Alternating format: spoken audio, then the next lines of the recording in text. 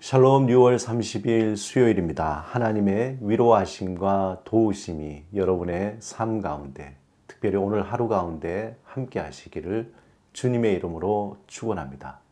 이 시간 시편 말씀을 읽고 하나님 앞에 기도드리겠습니다. 주여, 주는 대대에 우리의 거처가 되셨나이다. 산이 생기기 전, 땅과 세계도 주께서 조성하시기 전 영원부터 영원까지 주는 하나님이시니이다. 주께서 사람을 티끌로 돌아가게 하시고 말씀하시기를 너희 인생들은 돌아가라 하셨사오니 주의 목전에는 천년이 지나간 어제 같으며 밤의 한순간 같을 뿐임이니이다.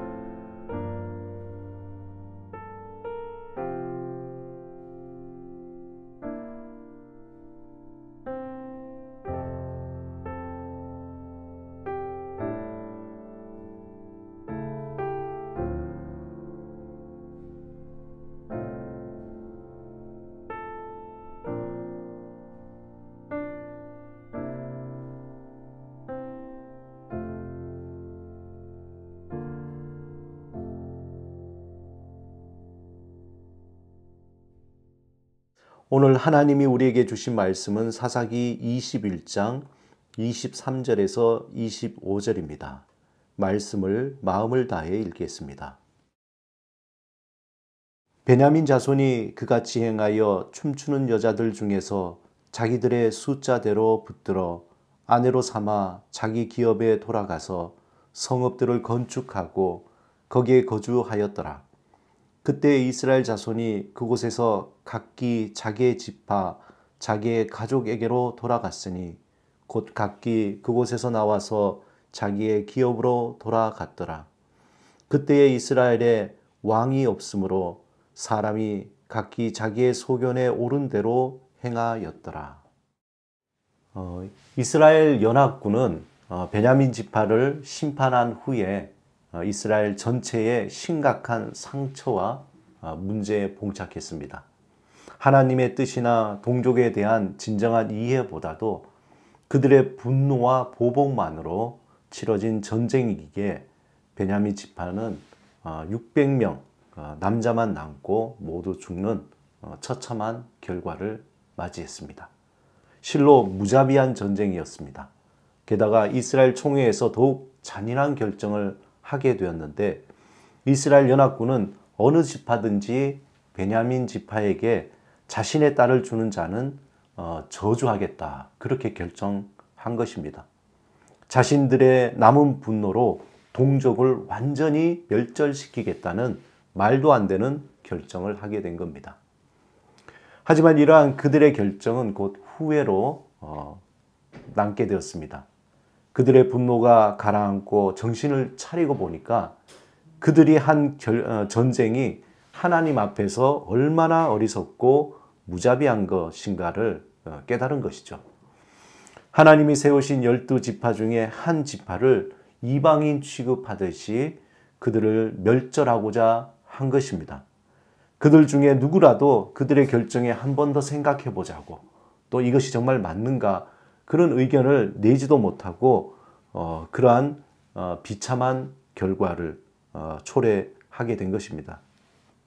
단지 범죄를 저지른 불량배만 엄벌에 처하면 되는데 베냐민 지파와 모든 지파들의 경각심을 그것으로 갖게 하면 될 것을 너무나 일을 크게 벌여서 자신들이 벌여놓은 그 일들을 감당할 수 없는 그런 결과가 되었습니다. 이러한 상황을 보면 합리적인 의견이 무시되는 집단주의나 전체주의가 얼마나 위험한가를 우리들에게 잘 보여주는 그러한 것입니다. 이스라엘은 자신들의 지파 중 한 지파가 완전히 사라질 위기에 놓이자 급하게 내린 대비책으로 이스라엘 총회에 참석하지 않은 야베스 길앗 사람들 중에서 심판받지 않는 처녀 400명을 베냐민 지파 남자들에게 주기로 결정했습니다.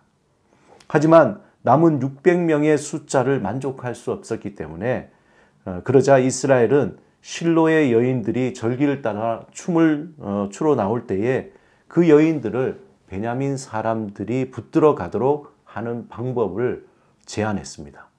사실상 이것은 인신매매나 마찬가지이지만 그들은 그것이 이스라엘 총회에서 결정한 우리 중에 누구든지 딸을 베냐민 사람에게 아내로 주지 아니하리라는 그 결정을 피할 수 있다고 하여서 허락한 것입니다. 결국 베냐민 사람들은 야베스 길앗에 남은 처녀 400명과 실로에서 춤추는 여인 200명을 아내로 삼아서 자신들의 기업으로 돌아가 성읍을 건축하고 그곳에서 살게 됩니다. 또한 다른 이스라엘 백성들로 각자 자기의 지파 가족으로 돌아가서 이로써 이스라엘의 폭풍 같았던 분노와 보복의 바람은 일단락됩니다. 이스라엘 연합군이 치른 전쟁으로 이스라엘 전체는 거대한 광풍 그리고 소용돌이가 치고 마치 엄청난 일을 이룰 것처럼 시작되어 한 지파가 사라질 뻔했고 또 다른 지파들 역시 큰 희생을 이것으로 치루었습니다. 실상 그 안을 들여다보면 너무나 실망스럽고 그 결과도 용두사미꼴로 초라하게 마무리되었습니다. 한 여인이 불량배들에게 당한 심각한 문제였지만 너무도 지혜롭지 못한 처리 과정에서 지파 간의 큰 상처와 불신과 희생만 남긴 허무한 전쟁이었습니다. 왜 이러한 일이 일어났을까에 대해서 사사기 21장 마지막 절에는 이렇게 결론을 내립니다. 그때에 이스라엘에 왕이 없으므로 사람이 각기 자기의 소견에 옳은 대로 행하였더라. 사랑하는 여러분, 사사기를 통해서 하나님의 다스림을 받는다는 것이 얼마나 큰 복이고 우리에게 큰 유익인가 말씀하고 있습니다. 하나님이 만드신 인간은 너무나 대단합니다. 하지만 하나님이 없는 인간은 너무나 대단해서 스스로 멸망하게 됩니다. 하나님을 떠난 인간, 하나님의 마음을 잃어버린 인간, 하나님의 음성을 거부한 인간의 삶이 어떠한가를 사사기를 통해서 우리는 분명하게 그 메시지를 듣게 됩니다. 아무리 화려한 유람선이라도 망망대해에 어디로 갈지 그 방향을 알 수 없고 그 방향을 잃어버리게 된다면은 그 유람선에 잠시 머무는 그 시간은 참 즐겁고 좋을지 몰라도 자신들이 방향을 잃어버렸다는 것을 깨닫게 되는 순간 그들은 불안과 두려움으로 아비규환이 될 것입니다. 하나님은 예수 그리스도 안에서 우리를 하나님의 자녀로 초대해 주셨습니다. 날마다 우리를 부르시고 그 음성에 응답하며 하나님의 도우심과 보호하심, 그 하나님의 보호하심을 구하시기 바랍니다. 하나님 품 안에서 하나님의 용서와 또 하나님의 배려와 하나님의 그 포용을 배우며 자신의 삶을 아름답게 만들고 또한 생명력 넘치는 삶으로 나도 살고 다른 사람도 살리는 그러한 삶이 되시기를 주님의 이름으로 축원합니다. 함께 기도드리겠습니다. 주님, 우리의 왕 되신 주님을 찬양하며 주의 다스리심과 도우심과 보호하심을 구합니다. 우리에게 보여주신 사랑과 용서와 배려와 소용을 충만하게 경험하게 하소서. 우리를 통해 다른 이에게 주의 사랑과 은혜와 풍성함을 나타내게 하소서. 예수 그리스도 이름으로 기도드립니다. 아멘.